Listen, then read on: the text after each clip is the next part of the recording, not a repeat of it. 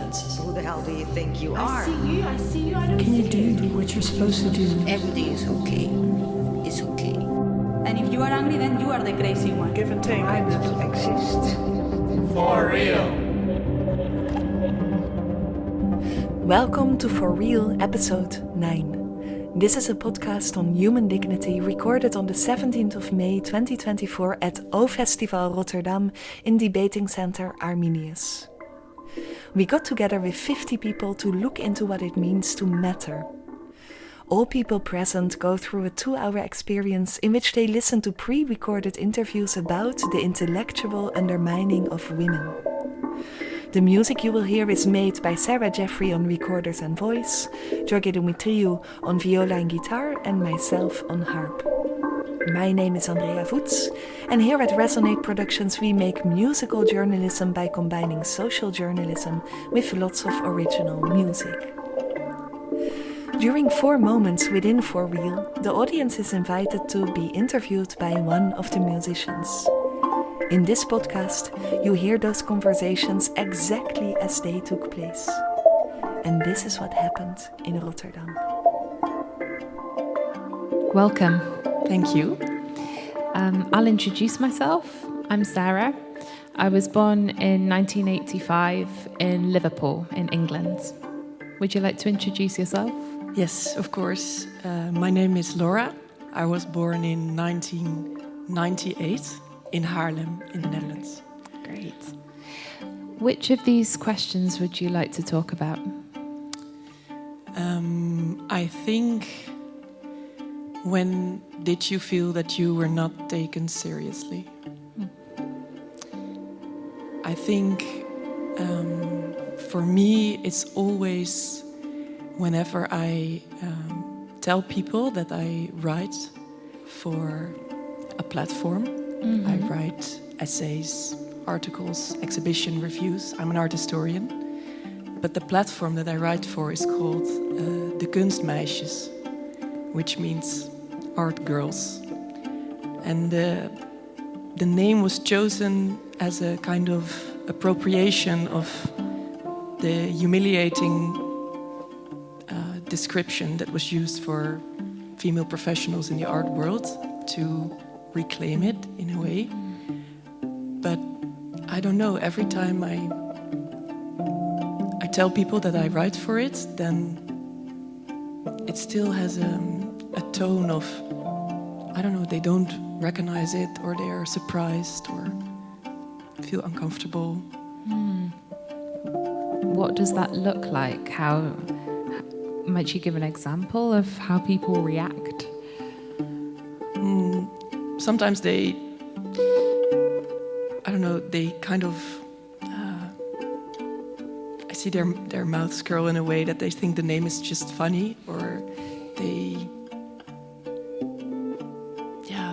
they just don't know it, and then I'm happy to explain. And also, I sometimes see kind of the benefit in it, because then I think, just underestimate us. We get invited to.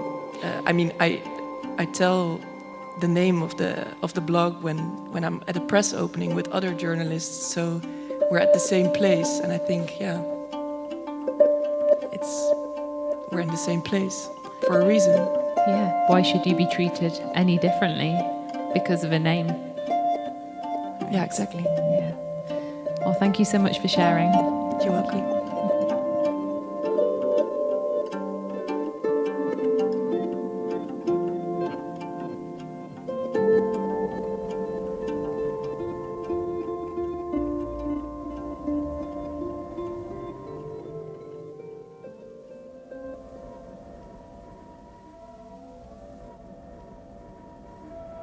I hear movement behind me, but I can't see a thing. Hello. Hi.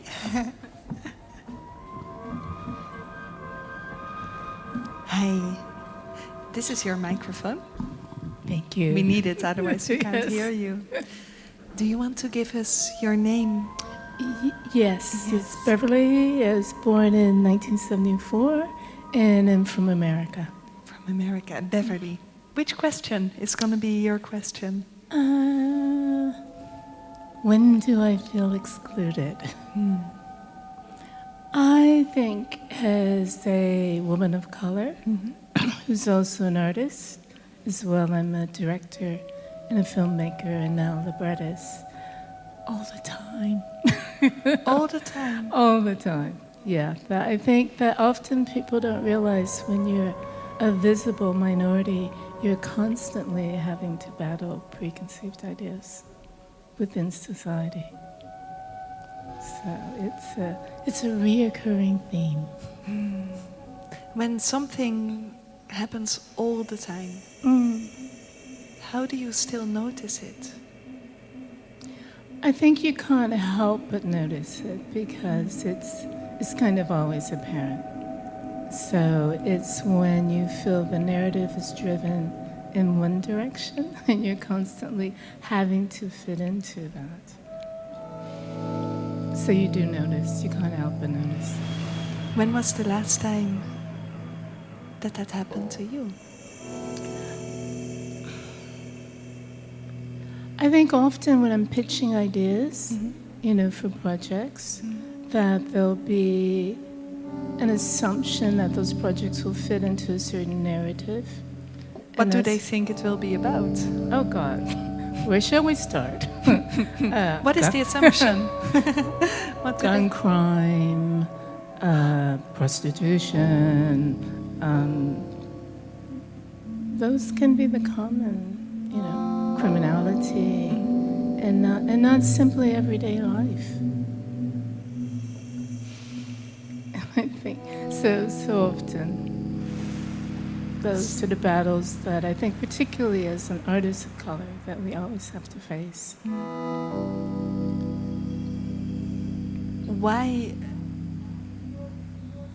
is that so prevalent for artists? I think because often the gatekeepers will come from a certain background, from a certain ethnicity, from a certain social and economic background. And so if they're the ones who are commissioning work, then they will look for work that fits within their perception of a minority life, or what a minority life looks like. A minority life. I know.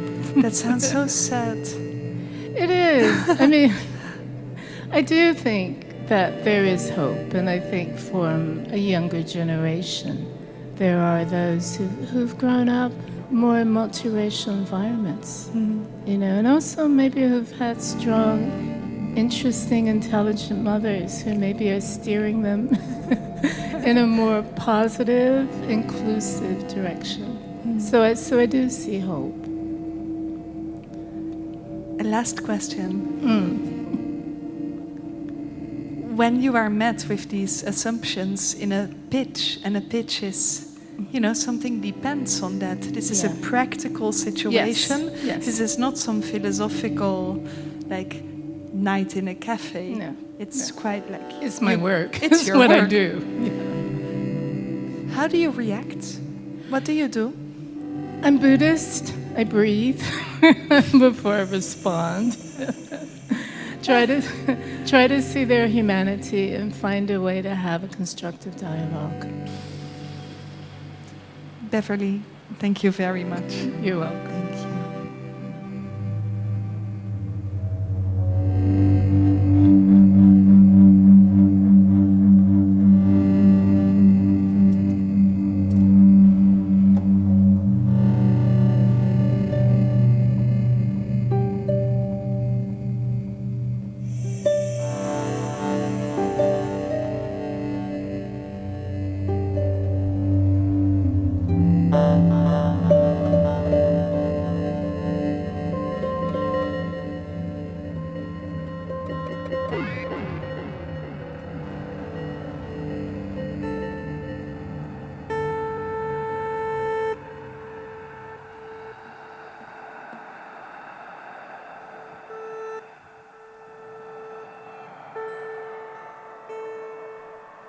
Now we have a chance to come to the middle, to interview each other for a few minutes. you can use the following questions. What would you like to say to your mother? What makes you feel powerless? When do you pretend everything is okay, even though it is not? And do you resonate with something that has been said? If you need us, we are here to help.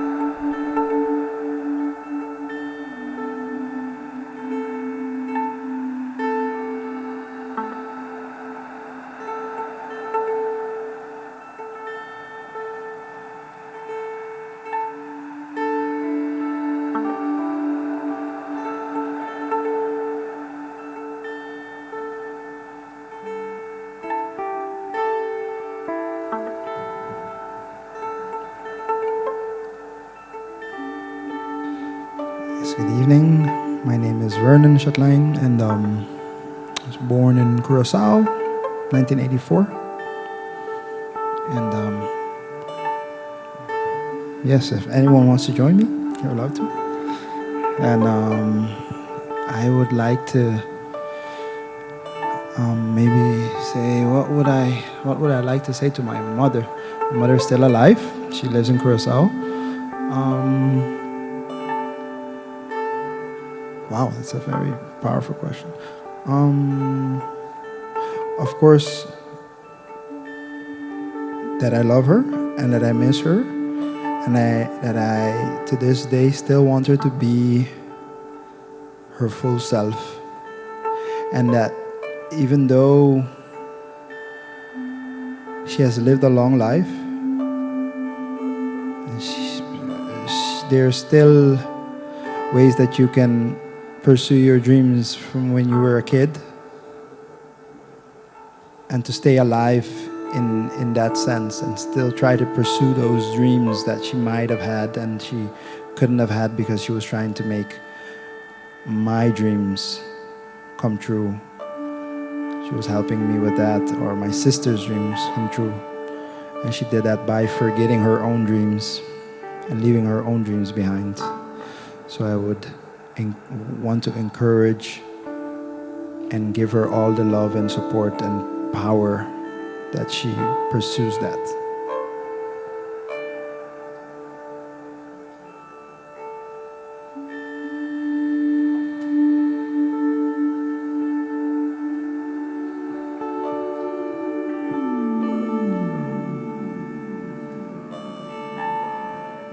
Hi.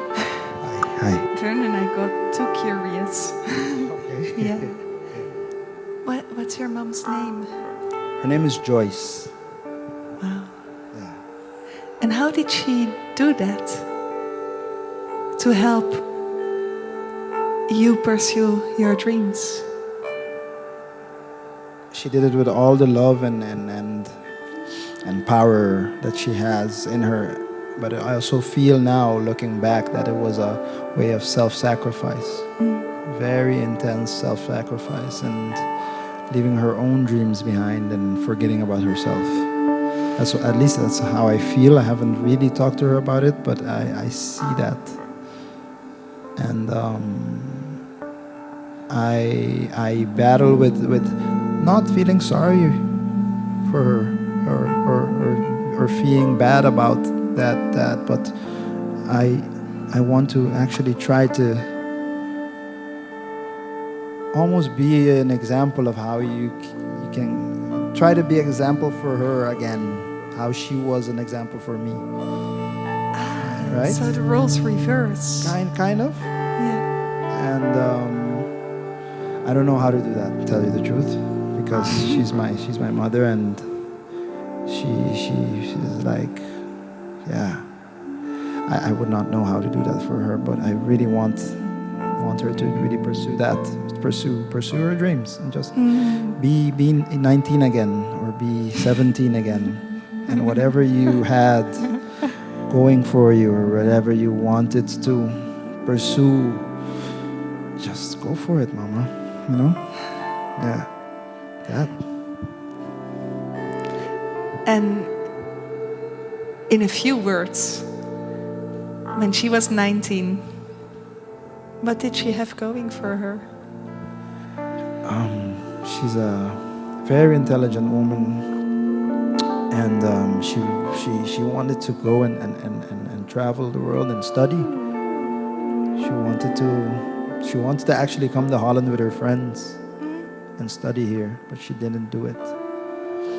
And I don't know if it should be Holland per se for her now, but at least to really look deep in her heart and try to go back to what she felt and what she was looking for herself, and in finding herself, so she can try to get that back.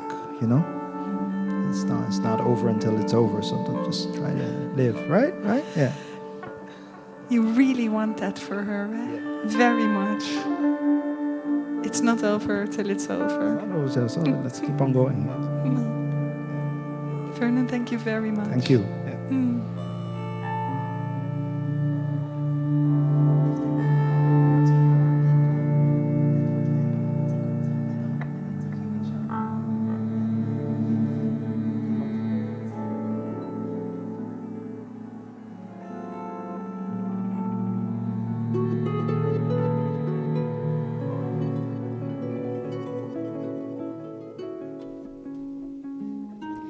We are recording for the final time.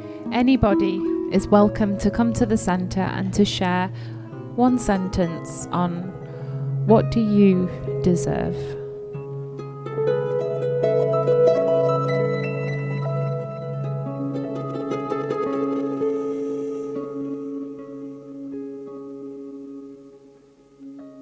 Now I have to say my name, I think, right? Yeah. Hello, my name is Tige. I'm born in Rotterdam in 1977. I think that what I deserve is to be a bit more secure about myself, so more self-confidence, and not always being in doubt about what to do. Should I do it? Why should I do it? Is it good to do it? Like the thing going on in your mind, like forever. I deserve that that's gone, and I just do it.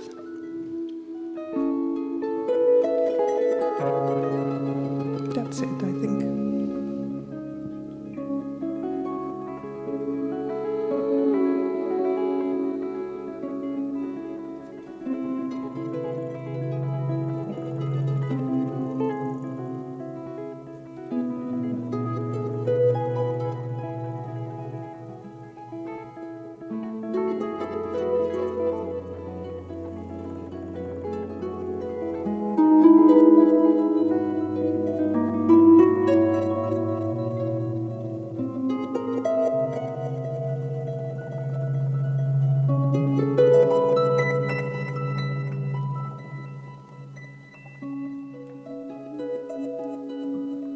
Hello, I am Maaike. I was born in 1999 in Tuitjehoorn, the Netherlands. And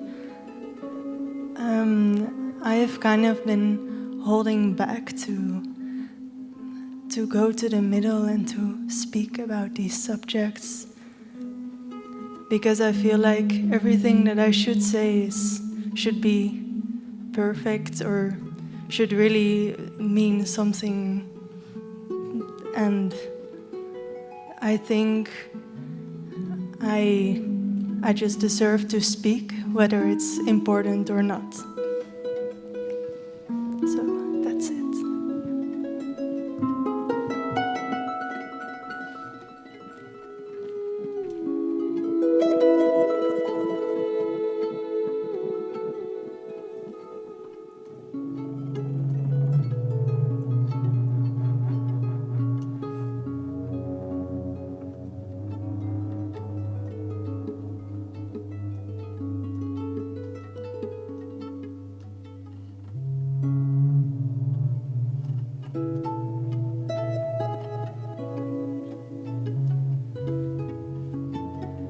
Hello, I am Chabelle. I was born in 1993 in Rotterdam.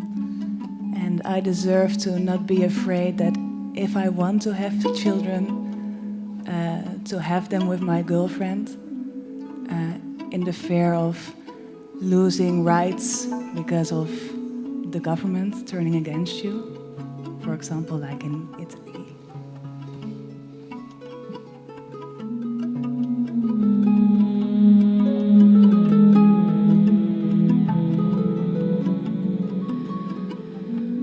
This was For Real from O Festival in Rotterdam. We are Resonate Productions and you can find us on Instagram at resonate.productions or on facebook.com/musicaljournalism. See you next time.